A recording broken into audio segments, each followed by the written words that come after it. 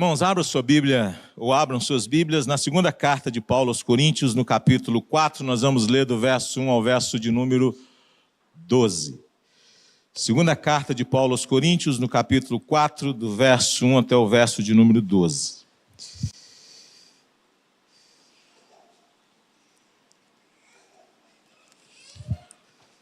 Segunda carta de Paulo aos Coríntios, no capítulo 4, do verso 1 até o verso de número 12. Assim diz a palavra do nosso Deus.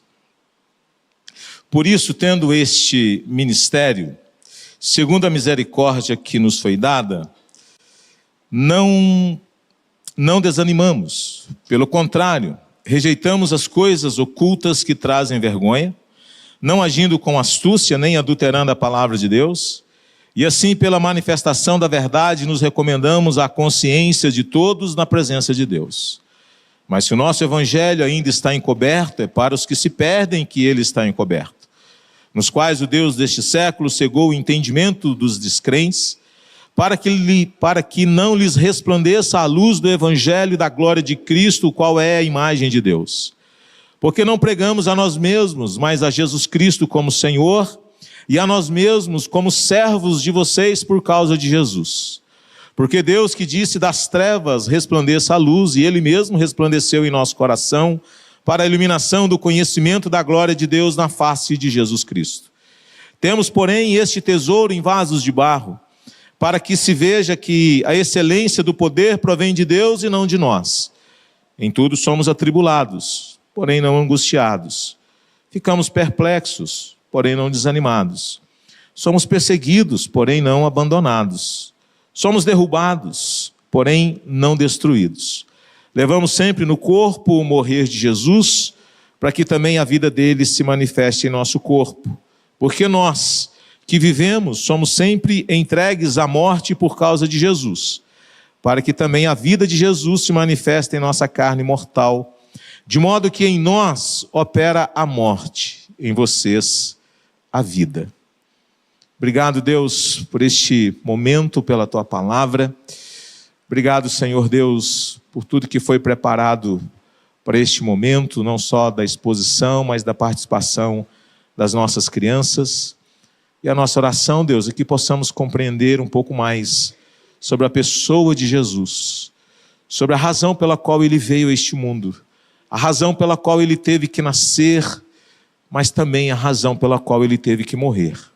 Abra os nossos olhos, Senhor, ilumina os nossos corações. Em nome de Jesus, esse texto que acabamos de ler, ele fala que Satanás, ele trabalha para que nós continuemos cegos, obscurecidos de entendimento. Mas Deus, glórias ao Teu santo nome, porque se Satanás trabalha para nos impedir de compreender, de conhecer Jesus Cristo e de crer nele, a Tua palavra diz que o Senhor se manifesta. A luz, ela é manifestada, trazendo discernimento, trazendo entendimento, trazendo conhecimento, trazendo transformação. Muito obrigado, Senhor, por esta manifestação graciosa. É o que nós queremos. Queremos compreender um pouco mais sobre a pessoa de Jesus nesta noite. Abençoa-nos, portanto, para isso. Nós assim te rogamos, agradecidos no nome de Jesus. Amém. Queridos, eu quero falar sobre tesouro em vasos de barro. Notem que o texto do verso de número 7, ele fala exatamente sobre isso. Temos, porém, este tesouro. Notem que o texto não está falando de tesouros no plural. É tesouro no singular. Do que a Bíblia está nos ensinando, portanto. Mas antes de chegar lá, eu quero que os irmãos compreendam um pouco a respeito do que o apóstolo Paulo ele está escrevendo neste capítulo 4. Nós temos aqui um pastor, nós temos aqui um apóstolo que está sobre suspeição. Um apóstolo onde as pessoas estavam desconfiando da sua vocação. Alguma coisa não estava fechando. E eu lhes explico por quê. O apóstolo Paulo estava falando a respeito da grandeza de Deus, da manifestação grandiosa de Deus, de um poder extraordinário de Deus, Ele estava falando a respeito de um Deus que se manifestou, de um Deus que se revelou de maneira gloriosa, graciosa, extraordinária. Mas as pessoas estavam olhando para a vida do apóstolo Paulo e parece que a grandeza de Deus não se fazia presente na vida dele. Ele é um ministro que fala sobre um Deus grandioso, mas ele sofre. Ele sofre perseguição, ele sofre oposição, ele lida com problemas de saúde, de modo que as pessoas olhavam para a mensagem dele e na sua mensagem apresentavam um Deus grandioso. Mas é um pastor que fala de um Deus que cura, mas ele é um pastor doente. É um pastor que fala de um Deus gracioso e glorioso, mas ele é um pastor que lida com oposição, que lida com perseguição. De modo que as pessoas olhavam para ele e elas começavam a pensar assim: eu acho que esse ministro não é de Deus. Porque a mensagem dele traz oposição, a mensagem dele gera perseguição, a mensagem dele traz sofrimento. Há alguma coisa de errado com este mensageiro. E ele então vai escrever a sua segunda carta, e ela é muito pessoal, talvez uma das mais pessoais do apóstolo Paulo, onde ele faz uma defesa do seu ministério. Se esse ministério é tão glorioso, se esse ministério do qual o apóstolo Paulo estava falando é tão grandioso, a pergunta é: por que ministros sofrem tanto? É esse o contexto da sua defesa, é esta a razão pela qual ele vai construindo este pensamento, e parte dele do texto que nós lemos. Temos aqui, portanto, um homem que está sendo posto à prova, pois o que ele prega parece não fazer sentido a respeito da maneira como ele vive. Se Deus é tudo isso, se o Evangelho é tudo isso, por que você é doente? Por que você lida com perseguição? Por que as pessoas não lhe querem bem? Por que você passa pelas coisas que você passa? É a mesma coisa da gente dizer: Deus cura, mas você vive doente. E as pessoas dizem: nossa, e essa pessoa que fala tanto de um Deus que cura, mas ela vive à base de remédios. É a mesma coisa da gente dizer de um Deus que tem todo o poder para fazer coisas grandiosas, de libertar, mas, no entanto, a gente parece não viver esta libertação. É o que acontece com o apóstolo Paulo. Eu quero então, irmãos, muito rapidamente, pensar com os irmãos a respeito deste tesouro em vasos de barro. O que a Bíblia está querendo ensinar? Por que o apóstolo Paulo usa esta linguagem? Que tesouro é esse? E que vasos de barro são esses? Eu gosto de, às vezes, olhar para aquelas obras de arte que tem na China, por exemplo, os vasos chineses, com toda a sua o seu requinte, com toda a sua beleza, com toda a sua formosura. Não é desse vaso que esse texto está falando. É aquele vaso assim realmente rústico, aquele vaso simples, aquele vaso desprovido de beleza, de grandeza, aquele vaso que você não coloca em destaque lá na sua casa. É um vaso que você vai querer esconder, porque não é um vaso tão bonito assim, não é um vaso tão elegante assim. Então, o que a Bíblia está chamando eu e você a considerar? E eu quero então pensar 3 coisas aqui com vocês. Primeiro, nós vemos aqui do versos 1 e 2, um ministério alicerçado na misericórdia e na verdade de Deus. Notem, queridos, que o texto começa dizendo assim: por isso, tendo este ministério, por isso.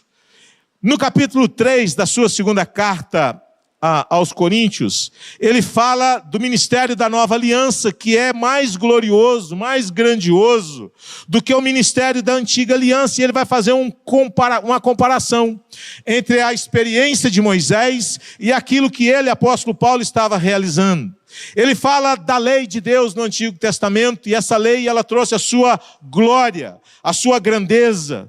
E o texto vai dizer que Moisés, ao descer do monte, o seu rosto brilhava, e brilhava tanto que ele teve que ocultar isso. Ele colocou um véu. Só que Moisés não entendeu que o brilho daquela glória, ela era passageiro. Ela ia desvanecendo. Mas Moisés gostou da glória. E ele queria que essa glória se perpetuasse. Então, quando o rosto dele parou de brilhar, ainda assim ele continuava com o véu. E o apóstolo Paulo pega este acontecimento, ele diz: assim acontece com aqueles que estão debaixo da lei. Eles estão ainda com o véu, eles não estão contemplando direito, eles não compreenderam a natureza daquela revelação, eles não compreenderam o propósito daquela revelação. A glória daquela lei era provisória, era temporária, ela apontava para algo mais grandioso, para algo mais glorioso. E o que era mais glorioso? O Evangelho. O Evangelho é duradouro, a glória da lei era provisória. E então ele começa, por isso, tendo este ministério. Que ministério? O ministério da graça de Deus, o ministério da nova aliança. E ele fala aqui a respeito exatamente disso. Tendo este ministério duradouro, permanente, cuja glória não se desvanece, como aconteceu na antiga aliança. Tendo este ministério, segundo a misericórdia de Deus que nos foi dada, não desanimamos, pelo contrário, rejeitamos as coisas ocultas que trazem vergonha, não agindo com astúcia nem adulterando a palavra de Deus, e assim, pela manifestação da verdade, nos recomendamos à consciência de todos na presença de Deus. Veja, irmãos, a glória da antiga aliança era passageira e desvanecente, ao passo que a glória da nova aliança em Cristo, ela permanece para sempre. Então ele sai daquilo que é provisório, daquilo que é temporário, daquilo que foi desvanecendo, e ele fala de uma glória maior. E ele chama a atenção para algo interessante, ele fala de um ministério. E o ministério que lhe foi dado está baseado em quê? Presta atenção. Porque ele está defendendo o seu apostolado, ele está defendendo o seu ministério. E é por isso que ele diz: eu recebi esse ministério não porque eu sou bom. O meu ministério não está alicerçado na minha justiça, o meu ministério está alicerçado na misericórdia de Deus. O meu ministério não está alicerçado apenas na misericórdia de Deus, o meu ministério está alicerçado na verdade de Deus. Porque ele não é aquele que apenas diz: eu sou o que sou pela graça e pela misericórdia de Deus, mas ele diz: eu não prego a mentira, eu não engano as pessoas, eu não adultero a palavra, eu não negocio a palavra, eu não mercantilizo a palavra, eu sou fiel à revelação de Deus. É isso que ele está dizendo. E é por isso que ele chama atenção para um ministério que é alicerçado na misericórdia e na verdade. De modo que o ministério cristão, ele nasce da misericórdia de Deus e não da competência humana. De modo que a fidelidade à palavra de Deus é fruto dessa graça e não de uma estratégia ministerial. É disso que ele está dizendo. A rejeição de métodos enganosos revela a falta de confiança no poder do Evangelho. Então ele não está aqui adulterando a palavra para que com isso ele leve as pessoas a se encantar por aquilo que não é verdadeiro. Ele não faz isso. Ele tem compromisso com a verdade. Ele não negocia a verdade de Deus. Ele não adultera a palavra de Deus. Segunda coisa, o evangelho centrado na glória de Cristo e não no ministro. O verso 3 diz assim: mas se o nosso evangelho ainda está encoberto, é para os que se perdem que ele está encoberto, nos quais o Deus deste século cegou o entendimento dos descrentes, para que lhes não resplandeça a luz do evangelho da glória de Cristo, e Cristo é a imagem de Deus, porque não pregamos a nós mesmos, mas a Jesus Cristo como Senhor, e a nós mesmos como servos de vocês por causa de Jesus, porque Deus que disse das trevas resplandeça a luz, e Ele mesmo resplandeceu em nosso coração para a iluminação do conhecimento da glória de Deus na face de Jesus Cristo. 3 coisas, irmãos, que nós podemos destacar do verso 3 ao verso 6. Primeiro, o encobrimento do evangelho. Está encoberto para quem? Para quem que esse evangelho ainda não é esta maravilha? Para quem que o evangelho ainda não trouxe entendimento? Ele disse: o nosso evangelho está encoberto. É para aqueles que se perdem que ele está encoberto. Não é para quem compreendeu a natureza da revelação. O evangelho não está encoberto para quem confessa a Cristo. O evangelho não está encoberto para quem se rendeu a Cristo. O evangelho está encoberto para quem continua resistente a Cristo. Para quem permanece ainda nos pecados, para quem não se entregou totalmente a Ele. E aí então ele vai dizer: isso não é apenas um problema da incredulidade humana, ele diz que isso é um problema da ação maligna no homem. Olha que coisa forte. Ele diz aqui no verso de número 4, nos quais o Deus deste mundo cegou o entendimento dos descrentes para que lhes não resplandeça a luz do evangelho da glória de Cristo. Deixa eu dizer uma coisa muito séria para vocês. Existe um mundo espiritual. Existe uma dimensão espiritual e ela não pode ser ignorada. Existem entidades espirituais do mal, malignas, perversas. E a Bíblia diz que o Deus deste século, ele trabalha, não para que você tenha fé, mas para que você continue sendo incrédulo. De um Satanás que trabalhe para que as pessoas não conheçam o evangelho. De um Satanás que trabalhe para que as pessoas não gostem do evangelho. De um Satanás que trabalhe para que as pessoas não tenham contato com o evangelho. De um diabo que trabalha para que você se preocupe com tudo na sua vida, menos com seu relacionamento com Deus. De um Satanás que trabalha arduamente para que você olhe para a sua vida e pense, está tudo maravilhoso, está tudo certo, eu trabalho, pago as minhas contas, tenho uma boa vida, eu não preciso de Deus. O apóstolo Paulo está dizendo, está do jeito que o maligno gosta. Está do jeito que o diabo gosta. Porque ele não quer que nós nos aproximemos da luz. Ele não quer que nós conheçamos a luz.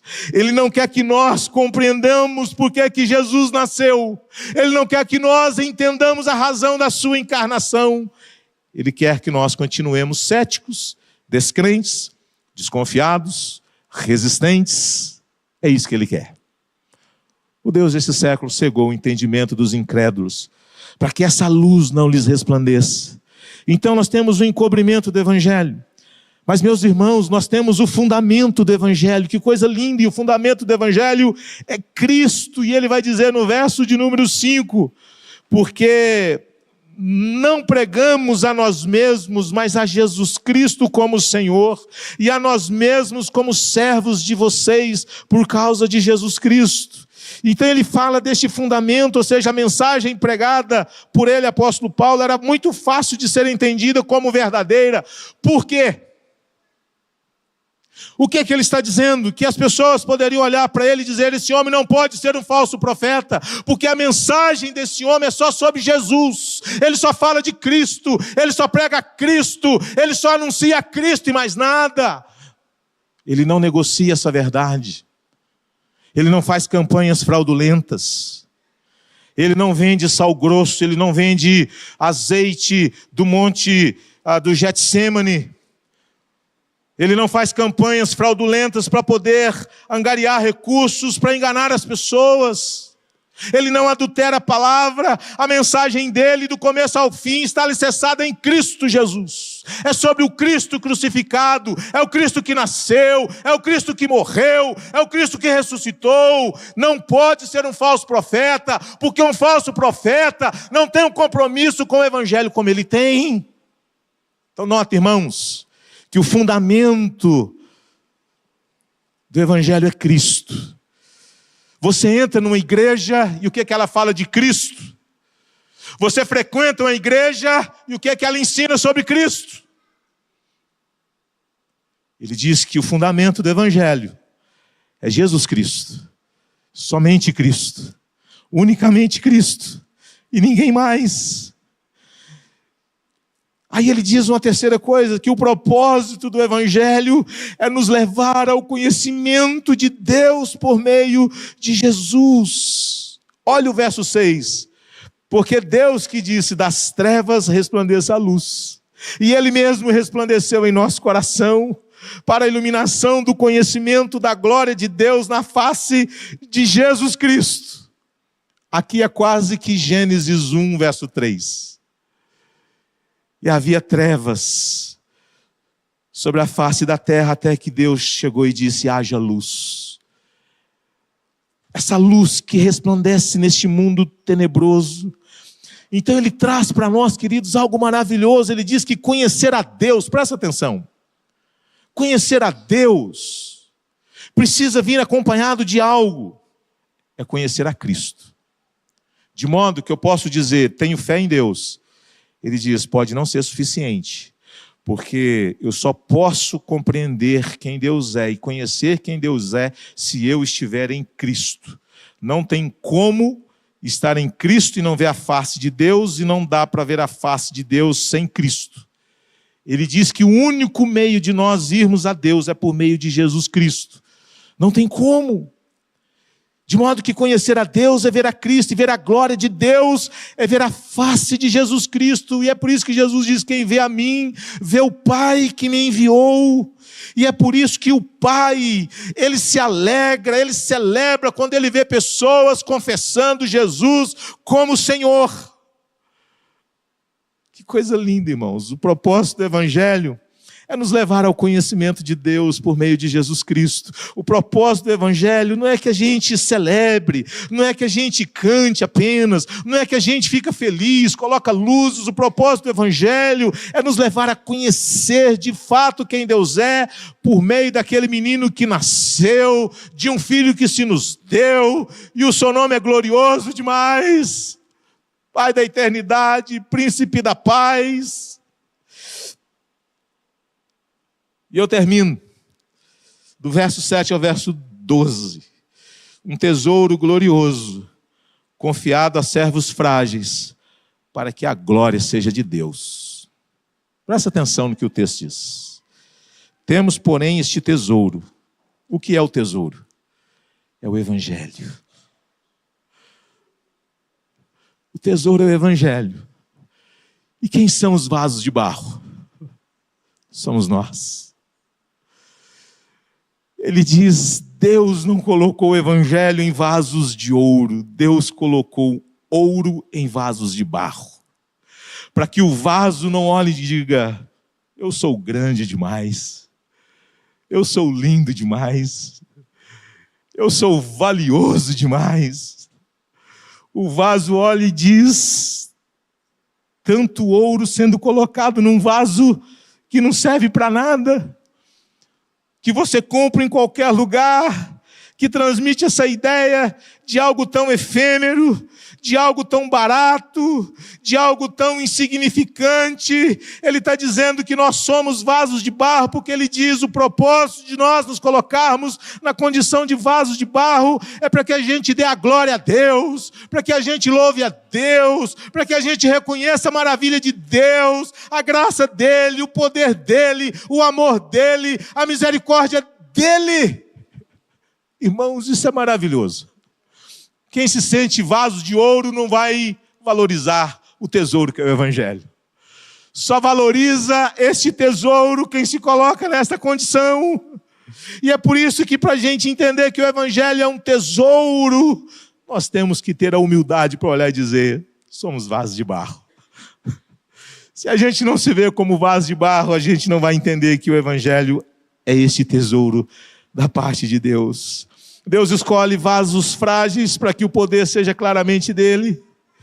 E ele continua falando a respeito da sua experiência e do seu sofrimento. Ele diz: em tudo somos atribulados, porém não angustiados. Ficamos perplexos, porém não desanimados. Somos perseguidos, porém não abandonados. Somos derrubados, porém não destruídos. Levamos sempre no corpo o morrer de Jesus, para que também a vida dele se manifeste em nosso corpo. Porque nós que vivemos somos sempre entregues à morte por causa de Jesus, para que também a vida de Jesus se manifeste em nossa carne mortal, de modo que em nós opera a morte, mas em vocês opera a vida.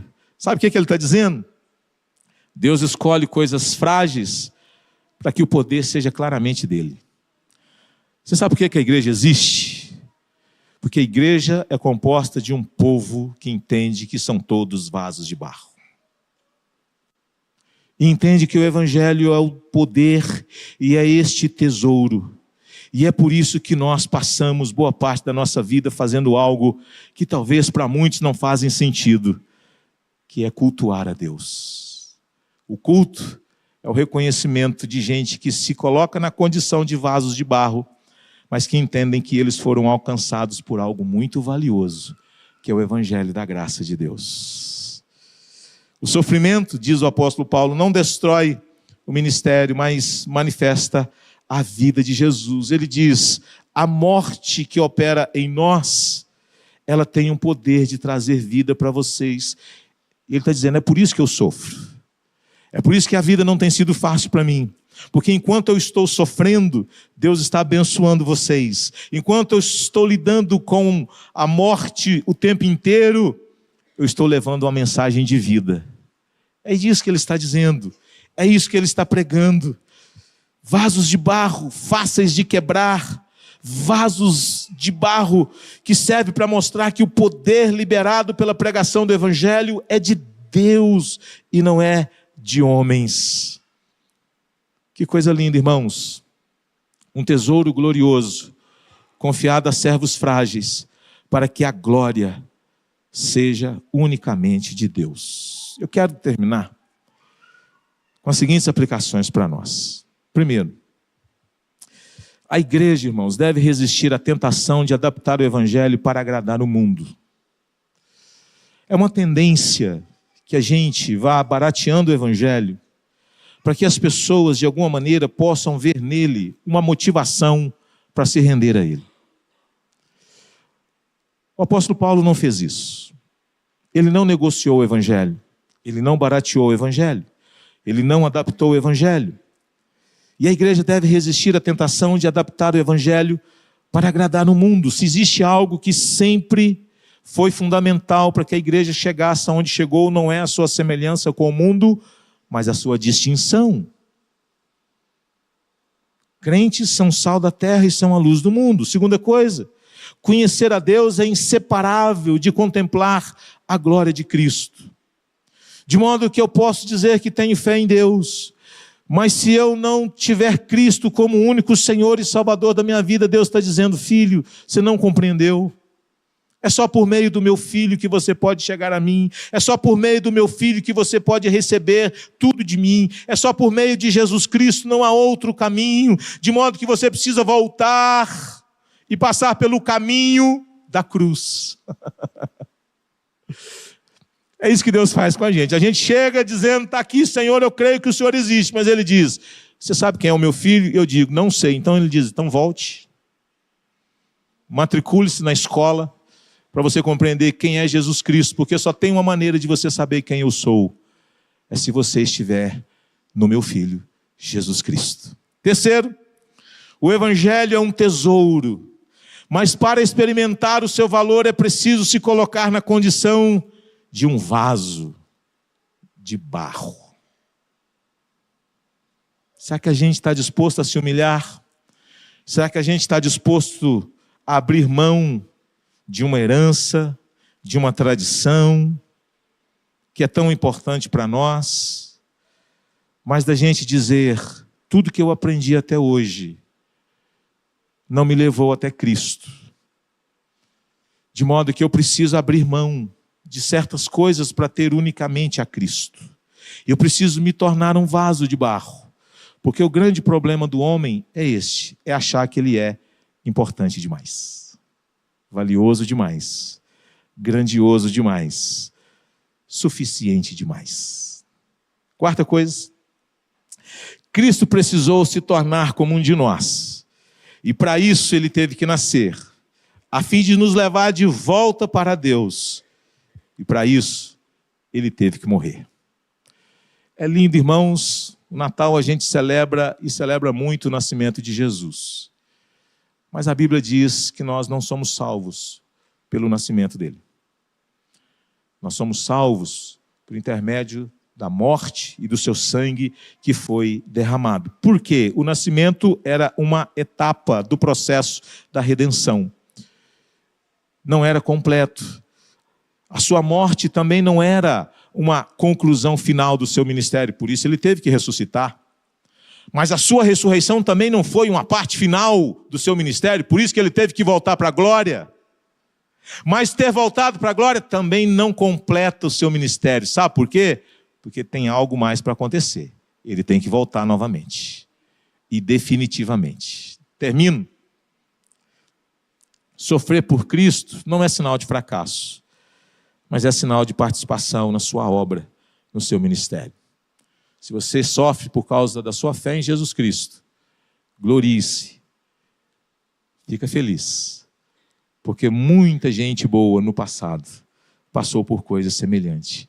O propósito nosso aqui nesta noite é de fazer com que a gente compreenda que há um tesouro. O tesouro é o Evangelho. Mas para que eu e você realmente entendamos o valor dele, só nos colocando na condição de vasos de barro. Vamos orar? Senhor, obrigado pela vida de cada um que aqui veio.